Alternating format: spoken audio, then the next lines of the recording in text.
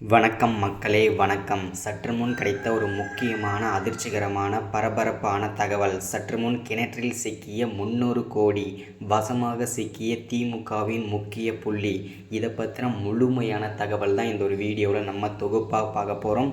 யார் அந்த திமுகவின் முக்கிய புள்ளி, யாருடைய கிணற்றில் 300 கோடி வசமாக சிக்கியது, அமலாக்கத்துறைக்கு இந்த தகவல் எப்படி கிடைத்தது, இதை பற்றினது எல்லாமே பார்ப்போம். ஸோ வீடியோவோட தொடர்ச்சியை நம்ம பார்ப்பதற்கு முன்பு நமது சேனலுக்கு நீங்கள் புதிய பார்வையாளராக இருந்தால் மறக்காமல் நமது சேனலை சப்ஸ்கிரைப் பண்ணிக்கொள்ளுங்கள். சப்ஸ்கிரைப் பண்ண உடனேயே பக்கத்திலே ஒரு பெல் பட்டன் வரும், அதை கிளிக் பண்ணி ஆல் ஆப்ஷனில் போட்டு வச்சுக்கோங்க. தொடர்ந்து நம்ம போடுற வீடியோ நோட்டிஃபிகேஷன் உங்களுக்கு வந்தடையும். மறக்காமல் வீடியோ பிடிச்சிருந்த லைக் கொடுங்க, மறக்காமல் ஷேர் பண்ணுங்கள், சப்போர்ட் பண்ணுங்கள். ஓகே, வாங்க வீடியோக்குள்ளே போகலாம்.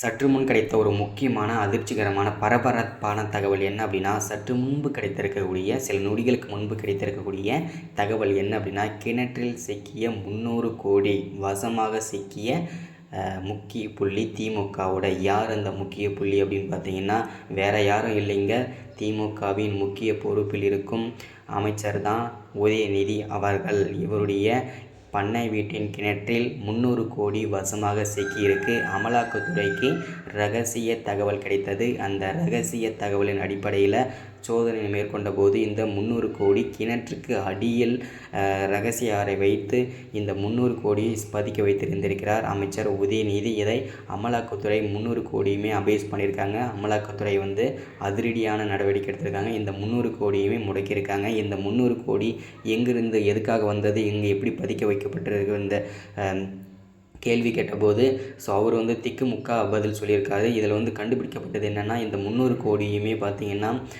அவர் தொகுதிக்காக ஒதுக்கப்பட்டது. அவர் தொகுதிக்காக நலத்திட்ட பணிகளுக்காகவும், இந்த மிக்ஜாம் புயலால் பாதிக்கப்பட்டாங்க இல்லையா, இதற்காகவும் இந்த திருநெல்வேலி, கன்னியாகுமரி, தூத்துக்குடி மாவட்டங்களில் இந்த மாதிரி இந்த மழையினால் பாதிக்கப்பட்ட மக்களுக்கு நிவாரண நிதிக்காகவும் அடிப்படை வசதிகளுக்காகவும் செய்வதற்காக தான் இந்த பணங்கள் ஒதுக்கப்பட்டது. இந்த 300 கோடியுமே அங்கே அவர் பார்த்திங்கன்னா எந்த விதமான நலத்திட்டங்களும் செய்யாமல் அவருடைய பண்ணை வீட்டின் கிணற்றில் இந்த 300 கோடி பதிக்க வைத்திருந்தது.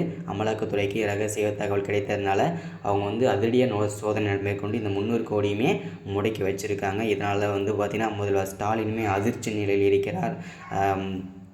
அமைச்சர் உதயநிதி கைதாகுவதற்கான வாய்ப்புகள் நிறையவே இருக்குது அப்படின்றதான் இந்த வீடியோவில் நம்ம தெளிவாக சொல்லிக்கிறோம். அது மட்டும் இல்லை, அமைச்சர் உதயநிதி மட்டும் அல்லாமல் திமுகவின் முக்கிய பொறுப்பில் இருக்கும் 11 திமுக முக்கிய அமைச்சர்கள் இன்னும் ஒரு சில வாரங்களில் கைது செய்யப்படுவார்கள் என்பது அதிகாரப்பூர்வமாக அறிவிச்சிருக்காங்க. ரகசிய தகவல் கிடைத்திருக்கு. ஏன்னா இந்த 11 அமைச்சர்களுக்குமே கேஸ் ஹைகோர்ட்டில் நடந்துகிட்ருக்கு. வந்தோடனே அப்டேட் பண்ணுறேன். மறக்காமல் சப்ஸ்கிரைப் பண்ணுங்கள், லைக் பண்ணுங்கள், தொடர்ச்சியாக பார்ப்போம். தேங்க்யூ.